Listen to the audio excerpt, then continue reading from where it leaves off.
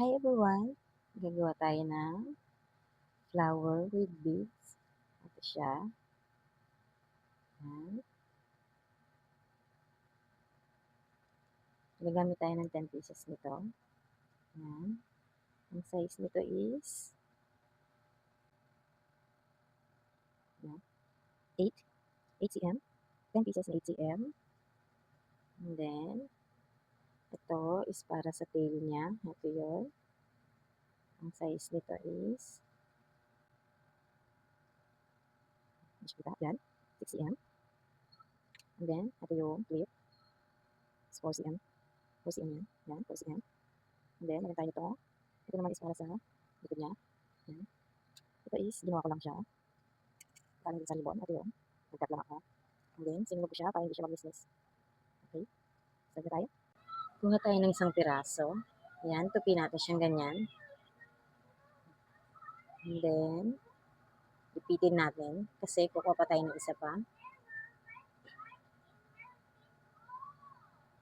Dalawa kasi ginagawa ko para mas maganda siyang tignan.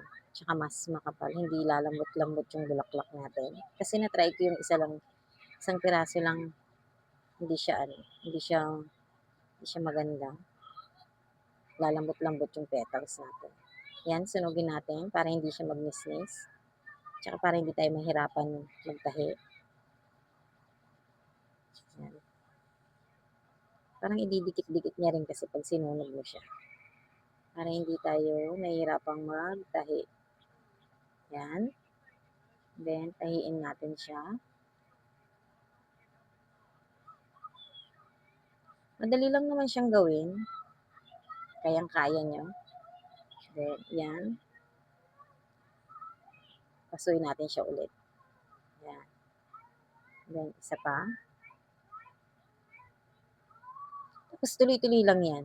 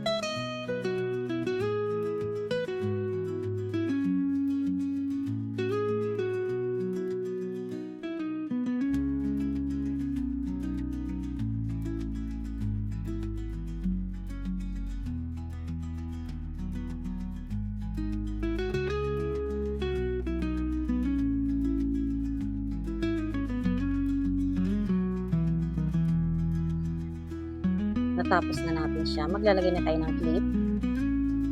4 cm yung clip natin.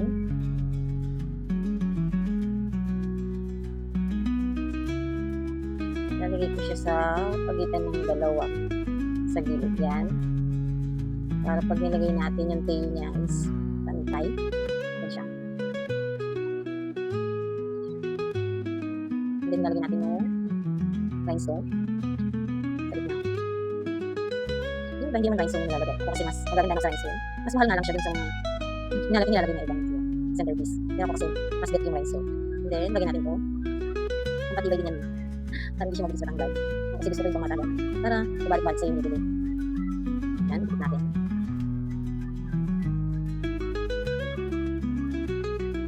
Yan siya. Tapos, lalagyan natin yung tail.